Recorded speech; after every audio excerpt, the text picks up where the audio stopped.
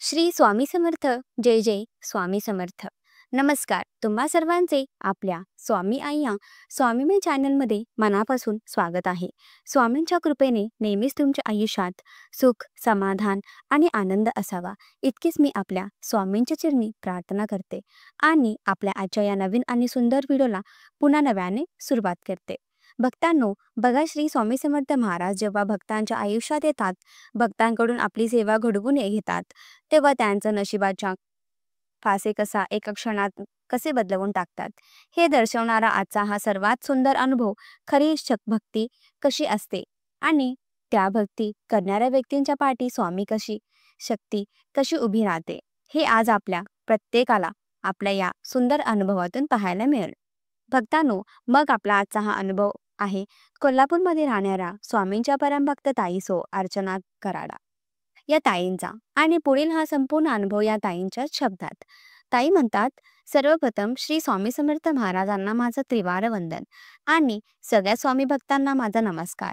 मी अर्चना. ओळख शून्य, आयुष्य शून्य, स्वप्न शून्य आणि अगदी आयुष्यामध्ये माझं भाग्य सुद्धा शून्य होतं. पण स्वामींची घाट झाली आणि माझं भाग्य उजळून गेलं. 7 महिन्याची गरोदर होती आणि त्याचवेळी माझे पती आणि त्यांचे मित्र दररोज एकत्र कामासाठी बाहेर जायचे आणि कामावरून रोज रात्री 9:30 वाजेपर्यंत घरी यायचे. दोघेही एकाच ठिकाणी जॉबला असायचे.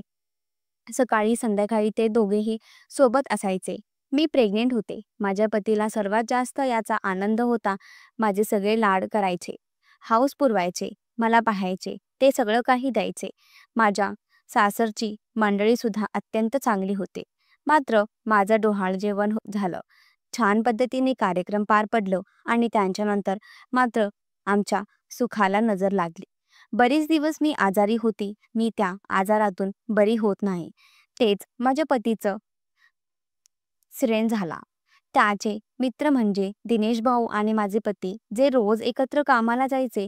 एका दिवशी कामावरून येताना त्यांचा अपघात झाला. त्या अपघातामध्ये दिनेश भाऊ हे जागीच ठार झाले, तर माझे पती हे कोमात गेले. इमर्जन्सी हॉस्पिटलला नेलं. जवळपास 8 दिवस ते व्हेंटिलेटरवर होते. मात्र तरीही आम्हाला आशा होती की ती बरं होतील, असं सतत मनात होते. मात्र 8 दिवस उलटून गेले. कुठल्याही प्रकारची त्यांच्यामध्ये प्रोग्रेस नव्हती. शेवटी त्यांचे श्वास थांबले आणि डॉक्टरांनी त्यांना मृत घोषित केलं. त्यावेळेस मला 8वा महिना होता. खरं तर तो धक्का मला सहन होत नव्हता. मी जाग्यावर बेशुद्ध होते. मला झटके येत होते. त्यामुळे पतीचे अंतिम दर्शन सुद्धा मला झाले नाही. त्यांच्यानंतर 1 महिन्याने माझी डिलिव्हरी झाली. मला मुलगा जन्माला आला. मनात आनंद होता की दुःखही नव्हता. आपल्या आयुष्यात कोणीतरी आलं याचा आनंद अत्यंत होता. तर त्यांचे बाबा मात्र त्याला न बघताच सोडून गेले. त्यांचे अत्यंत दुःख. मात्र तरीही आता मुलासाठी जगायचे आणि त्याचे सुख ठेवायची असे मी ठरवले. लग्नानंतर माझ्या पतीचं असंख्य स्वप्न होती. ती स्वप्न आता आपणच पूर्ण करायची असे मी ठरवले. जवळपास 2 वर्ष मी सासरी राहिले. मात्र त्या 2 वर्षामध्ये घरात खूप भांडणे होऊ लागली. माझी जाऊबाई मुलानं सासू मला त्रास देऊ लागली आणि मग त्यांच्यामुळे ते घर सोडण्याचा मी निर्णय घेतला. शेवटी मी माहेरी निघून आली. माहेरी आल्यानंतर तिथे मी पुढचे 4 वर्ष काढली. आई वडील होते तोपर्यंत ठीक होतं. पण जसं भावाचं लग्न झालं आणि भाऊजाई आली तसं असा पुन्हा त्रास सुरू झाला.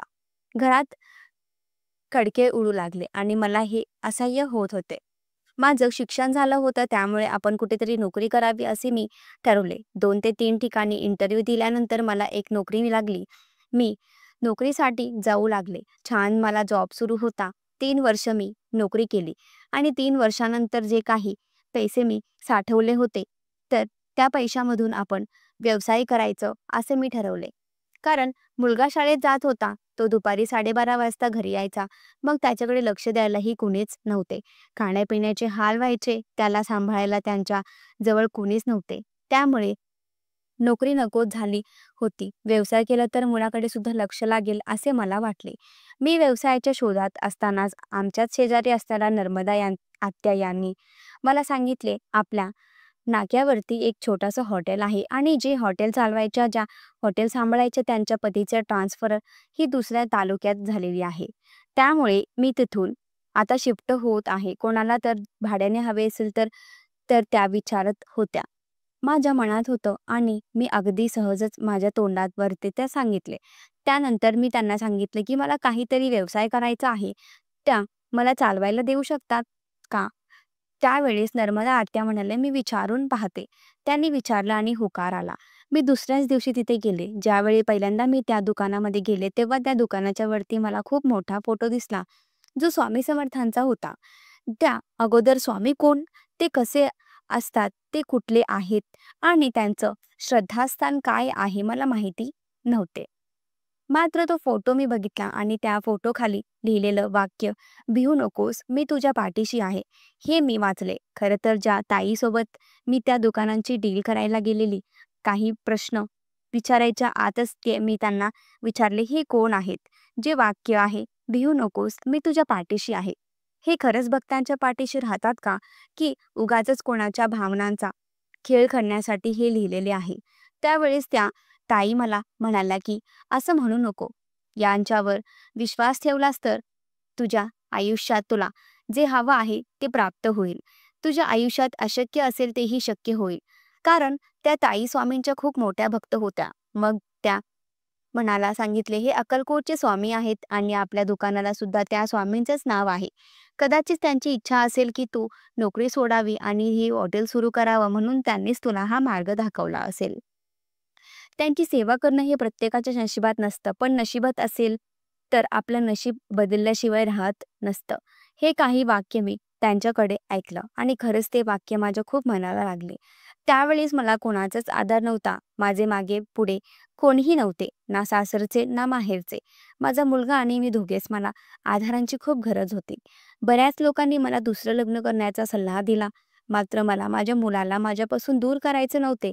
शिवाय मी लग्न केल्यानंतर त्याला बापाचे प्रेम कोणी देणारही नव्हते. त्यामुळे मी ठरवलं, आई बाप मीच होईन आणि माझ्या बाळाला मी लहानाचं मोठं करेन. मी फक्त त्यांच्यासाठी जगेन. शेवटी त्या दुकानांची डील आमची क्रॅक झाली आणि त्यांच्या 4 दिवसापासून आम्ही दुकानांची सुरुवात केली. दुकानात किराणा एका बाजूला, वडापाव, नाश्ता असे सर्व काही सुरू केलं. पहिला 1 महिना धंदा काहीच नव्हता. पहिला 1 महिना बनलेला वडापाव तसेच राहायचे. साधं चॉकलेट किंवा थंडा घ्यायलाही सुद्धा कोणी येत नव्हतं. विचार केला, इतकी मोठी रिस्क घेतली. महिन्याला याचं भाडं द्यायचं आहे, मात्र धंदा तर काहीच नाही. आता कसं होणार? तितक्यात नकळत त्या स्वामींच्या फोटोकडे लक्ष गेलं. जणू काही स्वामी मला त्यांच्याकडे बघायला सांगितलं होतं. मी त्यांच्याकडे बघितलं, हात जोडले आणि सांगितले, की "तुम्ही सांगताना भिवू नकोस, मी तुझ्या पाठीशी आहे. मग काहीतरी करा. माझ्या पाठीशी राहा आणि आपल्या दुकानामध्ये काहीतरी गिराईक पाठवा." मी स्वामींना जस्ट असं म्हटलं आणि त्यांच्या 5 मिनिटांमध्ये एक गिराईक येऊन माझ्यासमोर उभं राहिलं. जे हिंदी बोलत होतं, कोणीतरी यूपीमधलं होतं असंच वाटलं.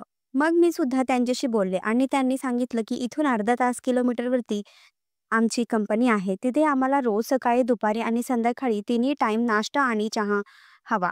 शिवाय आमच्या कंपनीमध्ये एकूण 80 वर्कर्स आहेत. यापैकी काही वर्कर लोकांना तुम्ही उधारीवरती काही सामान देऊ शकाल का? महिन्याला पगार झाल्यानंतर जी काही उधारी असेल ती आम्ही भरू." ताई म्हणतात, "मी 5 मिनिटापूर्वी स्वामींना मदत मागितली आणि हा व्यक्ती इथे येऊन असं बोलला लागला." मी त्याला विचारल्यावर त्यांनी सांगितलं, की "मी त्या कंपनीचा मॅनेजर आहे आणि या सगळ्या लोकांच्या पैशाची जबाबदारी माझी." काय सांगू, त्या क्षणी मला किती आनंद झाला. मी क्षणात होकार दिला. दुसऱ्या दिवसापासून मला एवढी मोठी ऑर्डर भेटली आणि ही ऑर्डर कंप्लीट करू लागली. तिन्ही टाईम मी वडापाव, चहा, नाश्ता द्यायचे. शिवाय त्यांच्या व्यतिरिक्त मी दुकानातून सर्व सामान सुद्धा त्यांना सेल करायचे. जवळपास 2 महिने माझी स्वतःची खूप हैराणी व्हायची. मग मी कामासाठी अजून एक मुलगा शोधला. तो मुलगा मला मदत करायचा. हळू आम्ही दोघेही सुद्धा कमी पडलो. मग मी अजून एका मुलाला कामावरती ठेवले आणि मग माझा व्यवसाय जो आहे, जो झपाट्याने वाढू लागला. त्या एका व्यवसायावर स्वतःची गाडी घेतली. त्या व्यवसायावर मला हक्काचं न भेटणारं किंवा माझ्या नशिबातही नसणारं स्वतःचं घर अगदी स्वप्नासारखं झालं. आमच्याच एका कंपनीमध्ये एका प्लांट रिसेलमध्ये होतं आणि तो फ्लॅट मी खरेदी केला. जे स्वामींकडे मागायचे, स्वामी मला प्रत्येक गोष्टी द्यायचे. मी अगदी आता स्वामींना काय सांगितले जणू काही कान लावून माझं ऐकत आहेत असेच वाटायचे. दिवसभर मी दुकानामध्ये तारक मंत्र लावायचे. जेव्हा वेळ मिळेल तेव्हा मी स्वामी सारामृत वाचायचे. माझ्या घरात मी स्वामींची प्राण प्रतिष्ठापना केली. स्वामींची मूर्ती घरात आणली आणि घरामध्ये प्रत्येक गुरुवारी मी स्वतःचे स्वामींचे व्रत धरू लागले. प्रत्येक व्रतात मी स्वामींना माझी प्रगती करा आणि मुलाला यश द्या इतकेच म्हणायचे. तुम्हाला सांगते, प्रगती इतकी वाढली की माझे सासू सासरे आणि आई वडील, माझे भाऊ जे माझ्याशी बोलत नसायचे ते लोक माझी प्रगती बघून स्वतःहून मला फोन करू लागले. जवळपास 10 वर्ष अत्यंत सुखाची होती. पण त्या 10 वर्षानंतर पुन्हा एकदा दुःखाचा डोंगर कोसळला. माझा मुल, ज्याला लाडाने आम्ही बबलू असं म्हणतो, खरं त्यांच्या पायाला एक छोटीशी जखम झालेली. पावसाचे दिवस होते आणि ती जखम आम्ही हॉस्पिटलला नेऊन बरी सुद्धा केली. पण पावसाळ्याच्या दिवसात त्या जखमेला ड्रेसिंग केलं आणि ती जखम आतमध्ये पूर्णपणे पिघळली. त्या जखमेत माझ्या बबलूच्या संपूर्ण शरीरामध्ये इन्फेक्शन झालं. खरं तर इन्फेक्शन म्हणजे पॉइझन होतं. सगळं काही ठीक करून सुरू असतानाच अचानक हे काय घडते काहीच कळेना. त्याला खूप वेदना व्हायच्या. मी त्याला हॉस्पिटलमध्ये घेऊन गेले तेव्हा डॉक्टरांनी सांगितलं त्याला सेप्टिक आजार झालाय, ज्यातून कर्व होणं अशक्य आहे. पूर्ण शरीरामध्ये पॉइझन झालेलं आहे आणि ते पॉइझन बाहेर येणे हे खूपच कठीण आहे. आता काहीतरी देवाची कृपा जर त्याची साथ दिली तर चमत्कार घडेल, बाकी काहीच नाही, असे त्यांनी स्पष्ट सांगितलं. आमच्याकडे कुठलाच मार्ग नव्हता. मी स्वामींचा धावा करू लागले आणि त्याच वेळी मला प्रदीपदादांचा नंबर भेटला. नशिबाने माझ्या पहिल्या मध्ये प्रदीपदादांनी फोन उचलला, कारण मी स्वामींकडे आधीच निवेदन ठेवले होते. मग प्रदीपदादांशी बोलणं झालं व दादांनी मला सांगितलं, काळजी करू नका, तो ठीक होईल. त्यांनी मला धुमावती तीर्थ बनवायला सांगितलं, तारक तीर्थ बनवायला सांगितलं आणि ते त्याला प्यायला सांगितले. खरं तर सकाळी धुमावती तीर्थ बनवायचे आणि संध्याकाळी तारक मंत्र म्हणून अभिमंत्रित केलेलं जे तीर्थिक आहे ते मुलाला देऊ लागले. सकाळी धुमावती तीर्थ आणि संध्याकाळी तारक तीर्थ शिवाय प्रदीपदादांनी मला संकटमोचक सेवा सुद्धा दिली आणि ती सेवा सुद्धा मी सुरू केली. जशी जमेल तशी स्वामींची सेवा करायला सुरुवात केली. तुम्हाला सांगते, जिथे 15 दिवसामध्ये माझ्या मुलाच्या नसानसात पॉइझन गेलं होतं त्याच 15 दिवसामध्ये होते. त्या 15 दिवसात जेव्हा रिपोर्ट काढले तेव्हा त्याच पूर्ण पॉइझन जे आहे ते कमी झालं होतं. डॉक्टर म्हणाले, हा काय चमत्कार आहे. आम्ही खूप मेडिसिन दिलं, सगळ्या गोष्टी केल्या, काही हातात बाहेर गेलेलं होतं, मात्र हा चमत्कार घडला आणि त्याच पूर्ण काहीतरी पॉइझन आहे ते शून्य झालं. मग डॉक्टरांना मी सांगितलं, मी स्वामींचे भक्त आहे आणि स्वामींनीच यातून तारलं आहे. तेव्हा डॉक्टर म्हणाले, खरंच आहे. अशा परिस्थितीत कोणीच वाचत नाही, अशा परिस्थितीत कोणीच बाहेर येत सुद्धा नाही. पण इतक्या मोठ्या भयानक आजारातून तुमचा इतका लहान मुलगा खरंच बाहेर आला. ही देवी शक्ती आहे आणि हे काहीतरी मिराकलच आहे. तुम्हाला सांगते, ज्या दिवशी माझ्या मुलाला डिस्चार्ज झाला, मी डॉक्टरांना सुद्धा स्वामींची मूर्ती दिली आणि स्वामी सेवा करायला सांगितली. नेहमी मी आता जेव्हा हॉस्पिटलला जाते, डॉक्टर सगळ्यात पहिले मला श्री स्वामी समर्थ म्हणतात आणि स्वामींची मी सुद्धा आता पूजा करत आहे असेही सांगतात. खरेच माझे पती गेले, यातून आयुष्य शून्य झाले. पण स्वामी माझ्या आयुष्यात आले. माझं दुकान व्यवसाय व्यवस्थित सुरू आहे. आज स्वतःच्या मालकीचं माझं दुकान आहे आणि मला गाडी किंवा माझं स्वतःचं घर होण्याचं स्वप्न होतं ते पूर्ण. जिथे माझा मुलगा मृत्यूच्या दारात गेला, तिथे त्या मृत्यूच्या दारातून स्वामींनी त्याला परत आणले. ही कृपा फक्त स्वामींची आहे. स्वामीमुळे माझं आयुष्य बदललं. खरंच असं वाटतं की स्वामी आधीच आयुष्यात आले असते तर आज माझे पती सुद्धा वाचले असते. पण जर माझे पती असते तर कदाचित मला देवांची किंमत कळाली नसती, मी देवांच्या सेवेला लागली नसती. ते म्हणतात ना की जेव्हा नशिबात ती वेळ येते ते योग तेव्हाच त्या गोष्टी घडतात आणि तसेच काही घडले. माझे पती वारले आणि त्यातून माझ्या नशिबात मला स्वामी सेवा मिळाली आणि आज मात्र माझे आयुष्य पूर्ण स्वामीमय झाले. खरंच स्वामी महाराज तुमच्या या कृपेने पाग मी कधी फेडू शकणार नाही आणि तुमची ही साथ मी कधीच सुटी देणार नाही. प्रत्येक जन्मोजन्मी अशीच तुमची साथ लाभू द्या. प्रत्येक जन्मोजन्मी आमच्यासारख्या भक्तांकडे तुम्ही अशीच सेवा घडवून घ्या. श्री स्वामी समर्थ. जय जय स्वामी समर्थ. भक्तांनो, खूप अद्भुत अनुभव, अंगावर रोमांच उभे करणारा अनुभव बघा. या ताईंचं आयुष्य शून्य झालं, पण स्वामींनी सगळं काही चित्र बदलवलं. जेव्हा स्वामी आयुष्यात येतात, तेव्हा आपल्या नशिबाचे फासे नक्कीच बदलतात. हे दर्शवणारा आजचा हा सुंदर अनुभव तुम्हाला कसा वाटला? कमेंट करा. तुमचेही काही अनुभव असतील तर शेअर करा. श्री स्वामी समर्थ. जय जय स्वामी समर्थ.